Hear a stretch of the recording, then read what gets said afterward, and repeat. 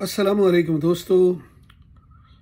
पाकिस्तान में मौजूद तमाम पाकिस्तानी गिरफ्ताराने नवाज़ शरीफ व शहबाज शरीफ या मरीम नवाज़ शरीफ साहिबा, मुहिब्बाने जुल्फ़िकार अली भुट्टो, जरदारी व बिलावल और मुहिब्बाने इमरान खान साहब और दीगर इस्लामी जमातों के चाहने वाले तमाम पाकिस्तानी मेरे मुखातिब हैं।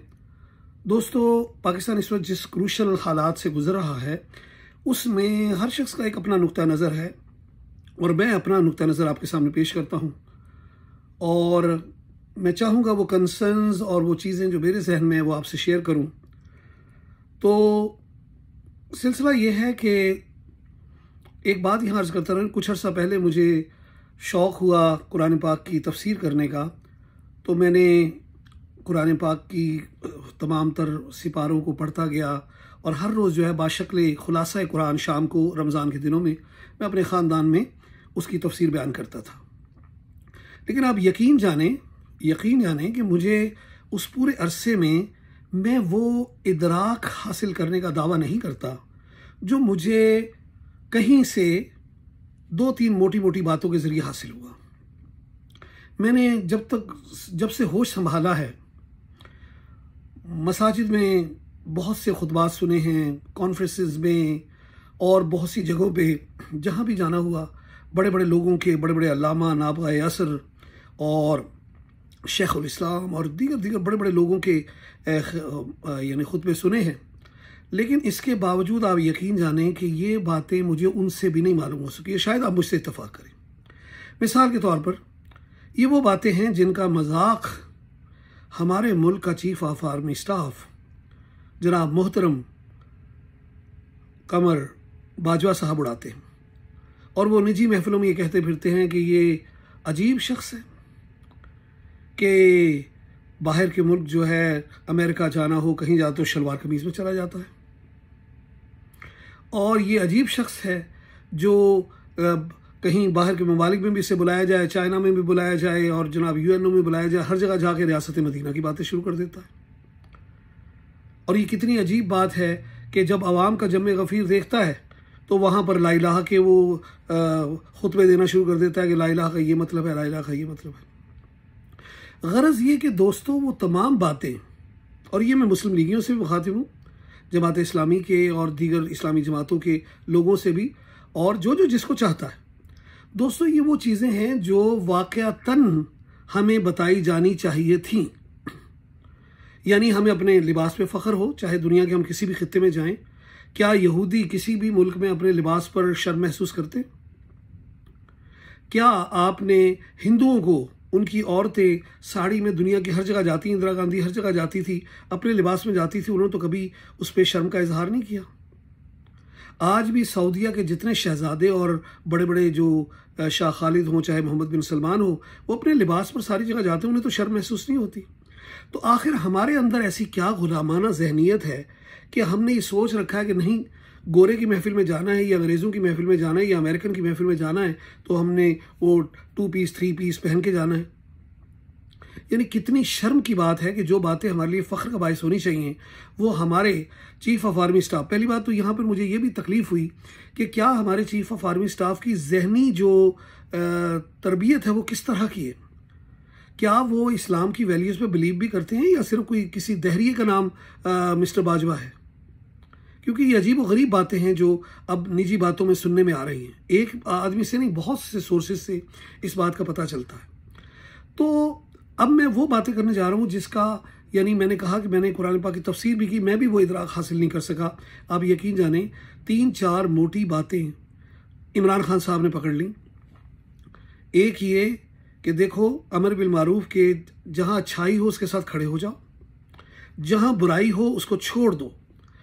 बदकिस्मती से हमारे मुल्क में, चाहे इसमें मेरा मुस्लिम लीगी भाई क्यों ना हो, चाहे इसमें मेरा फजलुर रहमान का चाहने वाला भाई शामिल क्यों ना हो, चाहे जमात इस्लामी का हो, चाहे PPP का हो, चाहे मोहतरमा मरीम नवाज शरीफ साहिबा का चाहने वाला हो, सब आप देखते हैं कि देखें, अगर मुझ पर कोई जुर्म लगा दिया गया है या कोई मैं किसी इल्ज़ाम के तहत आ गया हूँ और उसमें मेरे पास जाके यानी उसकी दिफा में बोलने के लिए भी बात नहीं है, तो आखिर क्यों मेरी गाड़ी पर फूल फेंके जाते हैं?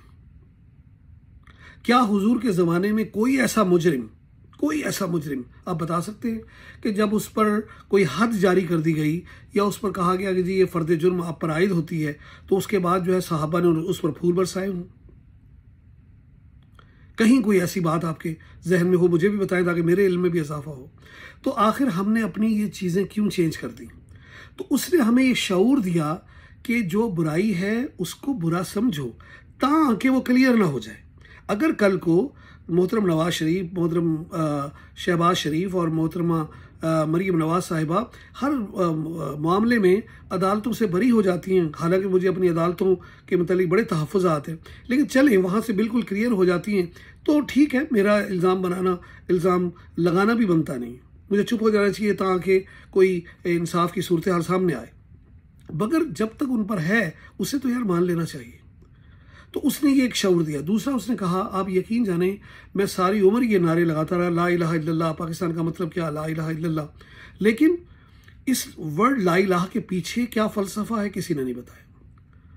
ये चीज़ भी इमरान खान ने बताई कि ला इलाहा का मतलब पता क्या है, कि जब आप नफ़ी करते हैं ना, आप कहते हैं सिर्फ अल्लाह ताला के सिवा कोई नहीं है, तो आपके अंदर ये खौफ दूर कर देता है। यानी आप किसी के सामने झुकना पसंद नहीं करते सिवाय अल्लाह ताला की ज़ात के।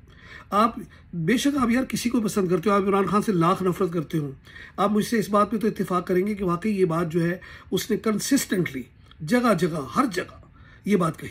आज से 22 साल पहले वो यही बात कर रहा था, आज भी वही बात कर रहा है। उसकी बातों में बार बार दूसरी बातें नहीं हैं, आपको हज़ार बातों से इख्तलाफ होगा। फिर कि उसकी तकरीर का आगाज़ होना शुरू हुआ, इय्याका नअबुदु व इय्याका नस्तईन, ऐ अल्लाह हम तेरी इबादत करते हैं, तेरे सामने झुकते हैं। तो ऐसे में अगर उसने अमेरिका के सामने एब्सोल्युटली नॉट कह दिया, या यूरोप को आंखें दिखाई कि भैया तुम लोग जो हो वो खुद तो तेल ले रहे हो जाके रूस से, हमें किस बात पे मना करते हो? और दूसरी बात ये कि अब आप पाकिस्तान को ये बातें बता रहे हो कि आपको ये नहीं करना चाहिए और फलां नहीं करना चाहिए, तो आपने कश्मीर पे आप वहाँ कहाँ थे जब कश्मीर पर ये सूरत हाल हो रही थी? आज आप हमसे चाह रहे हैं कि यूक्रेन पे आपके साथ हम शामिल हो जाएं, जबकि हमने कहा है हम न्यूट्रल हैं, हम ना उसकी हमायत करते ना उसकी मजम्मत करते। हम कहते हैं ये चीज़ नहीं होनी चाहिए, जंग बुरी बात है, चाहे वो रूस की तरफ से इनिशिएट हुई हो, चाहे यूक्रेन उसका यानी निशाना बन रहा हो, दोनों सूरतों में जंग बुरी चीज़ है। और ये कि मैं इसको बेसिस नहीं दूंगा, मैं अमेरिका को कभी यहाँ पर अपने अफगान भाइयों को खून बहाने नहीं दूंगा, तो इनमें से कौन सी ऐसी बात है यार जो गलत है? अब मुझे मालूम हुआ है कि जनाब हमारे फ़ौज के जो हाजिर सर्विस जनरल हैं, ये सोर्सेज मेरे जो बता रहे हैं, इसमें मैं क्रेडिट दूंगा मेजर अदील राजा को, कि राशिद नसीम साहब जो ISI के यानी सेक्टर लाहौर के वो वहाँ पर तैनात हैं, वो जाके इलेक्शन कमीशन के साथ मीटिंगें कर रहे हैं, जरदारी साहब से मीटिंगें कर रहे हैं, ठीक है। और हमारा DG ISI नदीम अंजुम वो जाके अमेरिकन सफ़ीर से जाके मिल रहा है। और बाजवा साहब जो हैं उनकी नज़र में आजकल वो ये, यानी आप इससे उनकी जहनी हालत का अंदाज़ा लगाएं कि वो ये समझते हैं कि पाकिस्तान का मुस्तकबिल बिलावल है। लिहाजा बिलावल साहब को ये एक्सेस दी गई कि वो जिस वक्त चाहें, रात के 12 बजे भी चाहें तो कमर साहब को फ़ोन कर सकते हैं। मगर ये सहूलत ज़रा मुस्लिम लीगियों के लिए ये सवाल है कि मरीम नवाज साहिबा को भी हासिल नहीं है। अब वो किस बिरते पर, किस बात पर समझते हैं कि जी बिलावल इस मुल्क का मुस्तकबिल है। चुनाचे जरदारी साहब को अभी ये जो ज़िमनी इंतखाबात है इसमें एक सरप्राइज सेटअप तैयार है, जिसमें वो चाहते हैं कि जो नशिस्तें मिलें, कुछ तो यकीनन अल्लाह ने चाहा तो PTI ले लेगी, मगर बाकी कुछ नशिस्तें जो मिलेंगी वो PPP को दिलवा दी जाएंगी बनिस्बत मुस्लिम लीग के। तो आखिर आपको इन कामों में मुदाखलत की ज़रूरत क्या है? ये बात मेरी आज तक समझ में नहीं आई। आपने पूरे पाकिस्तान का बेड़ा गर्क कर दिया, बार बार कभी इंतखाबात को इसके हवाले करना, कभी उसके हवाले करना, खा उसमें इमरान से लेके कोई भी हो। लेकिन आप ऐसा क्यों करते हैं? आपका काम नहीं, आपका फौजी, आप पाकिस्तान की हिफाजत करें, आप दखल दर बाकुलात करते हैं और आप जो है वो फौजी मामलात में गया। अमेरिका को अब आपने यकीन दहानी दिलाई है कि जनाब आप मेरे, चूँकि मैं बहुत कमज़ोर हूँ इस वक्त, पाकिस्तान में हालात मेरे खिलाफ जा रहे हैं, मैं हर वो काम करूँगा, भारत से भी ताल्लुकात बना लूँगा, इसराइल वाली मोशन पे भी इंशाल्लाह मैं बात करूँगा। तो आप कहाँ पाकिस्तान को लेके जा रहे हैं?